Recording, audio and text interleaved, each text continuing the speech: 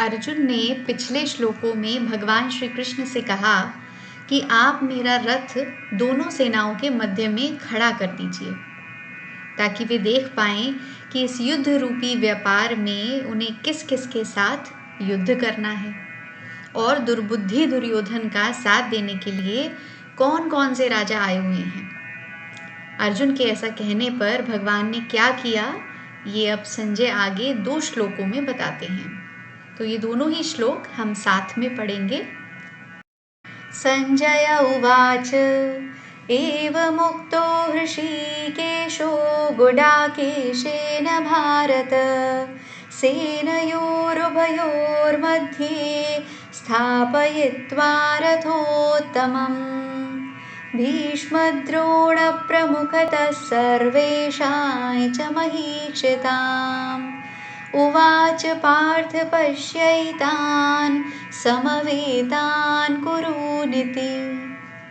अर्थात संजय बोले, हे धृतराष्ट्र, अर्जुन के द्वारा ऐसा कहने पर श्री कृष्ण ने दोनों सेनाओं के मध्य में भीष्म पितामह और द्रोणाचार्य के सामने और संपूर्ण राजाओं के सामने उस उत्तम रथ को खड़ा करके यह कहा, हे पार्थ, युद्ध के लिए इकट्ठे हुए इन कुरुवंशियों को देखें, बहुत ही महत्वपूर्ण श्लोक है ये गीता का, क्योंकि अभी जिस अर्जुन ने कौरवों और उनकी सेना को युद्ध भूमि में देखकर अपना गांडीव धनुष उठा लिया था, वे अब विषाद मग्न होने वाले हैं। भगवान श्री कृष्ण ने अर्जुन के उस श्रेष्ठ और उत्तम रथ को दोनों सेनाओं के मध्य में खड़ा कर दिया। अब देखें, भगवान चाहते तो वे दोनों सेनाओं के मध्य में वह रथ कहीं भी खड़ा कर सकते थे, पर यहाँ विलक्षणता देखें कि भगवान ने रथ को ऐसी जगह खड़ा किया जहाँ से अर्जुन को कौटुंबिक संबंध वाले भीष्म पितामह और विद्या के संबंध वाले अर्जुन के गुरु आचार्य द्रोण और कौरव सेना के मुख्य राजा लोग दिखाई दे सकें। अर्जुन के रथ को यहाँ उत्तम क्यों कहा गया है, इस पर हमने पिछले सत्रों में बहुत विस्तार से चर्चा की थी। श्लोक क्रमांक 14 पर जब हमने चर्चा की थी तब हमने समझा था कि किस प्रकार खांडव वन दाह के समय अग्निदेव ने अर्जुन को यह दिव्य रथ दिया था, उसमें जुते हुए घोड़े क्यों दिव्य थे। उसके बाद हमने 20वें श्लोक में पढ़ा था कि रथ की ध्वजा पर स्वयं हनुमान जी विराजमान थे और क्यों। यदि किसी कारणवश आप ये वीडियोस नहीं देख पाए हैं तो इसी वीडियो के डिस्क्रिप्शन बॉक्स में आपको इन दोनों वीडियोस का लिंक मिल जाएगा, जहां से आप ये वीडियोस देख सकते हैं।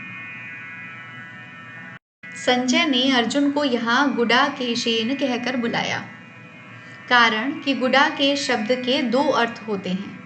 पहला, गुडा का मतलब होता है मुड़े हुए और केश मतलब बाल, तो जिसके सर के बाल मुड़े हुए अर्थात घुंघराले हैं वह गुडाकेश है। अर्जुन घुंघराले बाल वाले थे, इसलिए उन्हें गुडाकेश कहा संजय ने।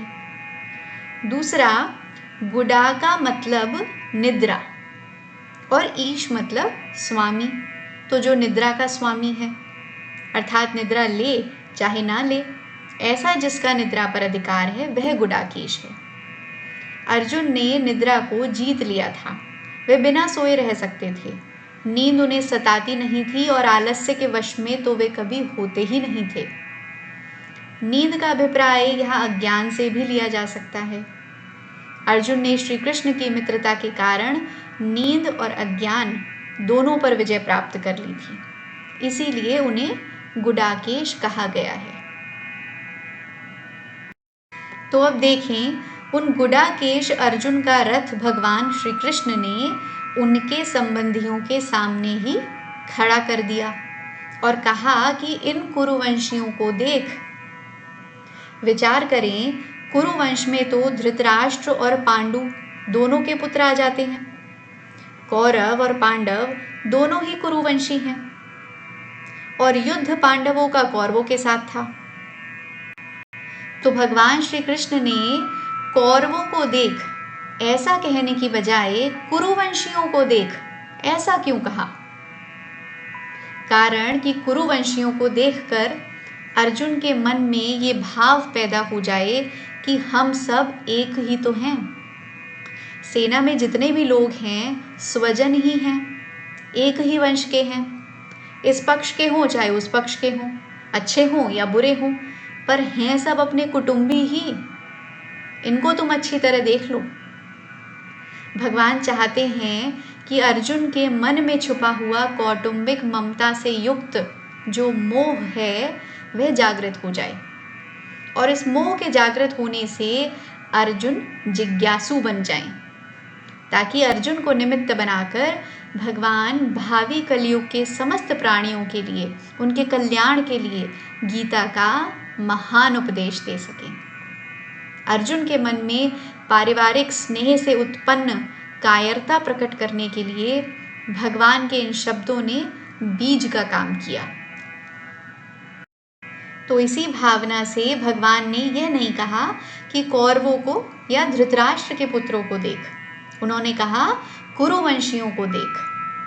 क्योंकि अगर ये कहा जाता कि कौरवों को या धृतराष्ट्र के पुत्रों को देख, तो अर्जुन के भीतर युद्ध करने का जोश आ जाता, तो गीता के प्राकट्य का अवसर ही नहीं आता, और अर्जुन के मन में जो कौटुंबिक मोह छुपा बैठा था वह कभी दूर ही नहीं हो पाता। एक साधारण से उदाहरण से समझते हैं।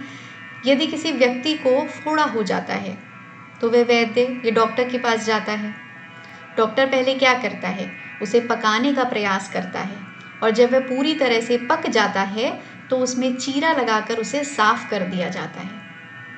ठीक वैसे ही भगवान अर्जुन के भीतर छिपे हुए मोह रूपी फोड़े को कुरून पश्य, कुरुवंशियों को देख, ऐसा कहकर जागृत कर रहे हैं, जिसे आगे गीता का महान उपदेश देकर नष्ट कर देंगे।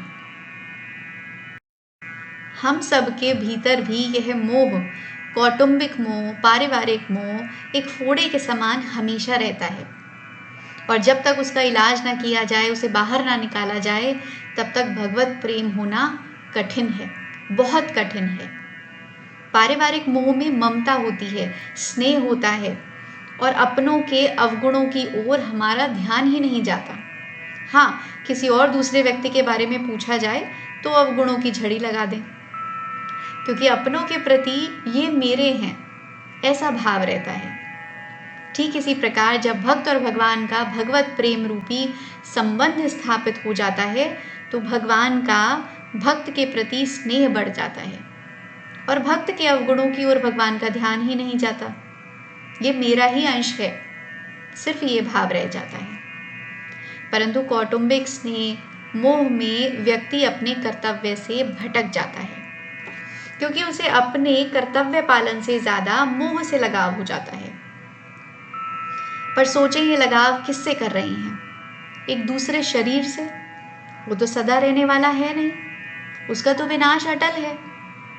तो यदि मोह करना ही है तो भगवान से करें जो अविनाशी हैं। भगवान आगे गीता में हमें ये सब बातें बहुत विस्तार से समझाएंगे। ये मोह बुद्धि का विकार है जो सिर्फ और सिर्फ ज्ञान से ही दूर हो सकता है। तुलसीदास जी कहते हैं, सोई सेवरते सुवा सेवत सदा बसंत, तुलसी महिमा मोह की सुनत सराहत संत। तात्पर्य समझें। देखिए, सेमल का पेड़ जो होता है, जिसे कॉटन ट्री कहते हैं, उसकी रुई का इस्तेमाल तकिया भरने के लिए किया जाता है। बसंत ऋतु आने से पहले इस पेड़ पर लाल रंग के फूल आते हैं, और जब इसका फल पकने लगता है तो इसमें सफ़ेद रंग के रेशे निकलने लगते हैं, जैसे कपास में निकलते हैं। तो बसंत ऋतु आने पर तोते इस पेड़ पर मंडराने लगते हैं। तुलसीदास जी यहाँ कह रहे हैं कि वही सेमल का पेड़ है, वही तोते हैं। बार बार अनुभव कर चुके हैं कि इसके फल में गूदा नहीं होता, तो भी मोहवश वसंत ऋतु आने पर वही मंडराते रहते हैं। चोंच मारते हैं, रुई उड़ जाती है, हाथ कुछ भी नहीं आता।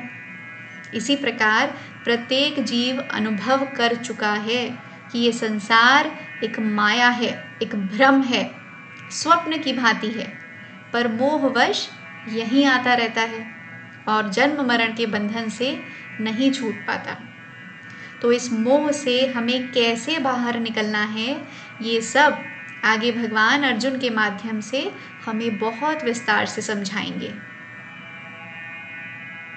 तो आगे की चर्चा के लिए हमारे साथ जुड़े रहिएगा। आज का सत्र यहीं समाप्त करते हैं। हरे कृष्णा। अगर आपको ये वीडियो, ये सब जानकारी अच्छी लगे तो प्लीज़ चैनल को लाइक, कमेंट और सब्सक्राइब करना ना भूलें।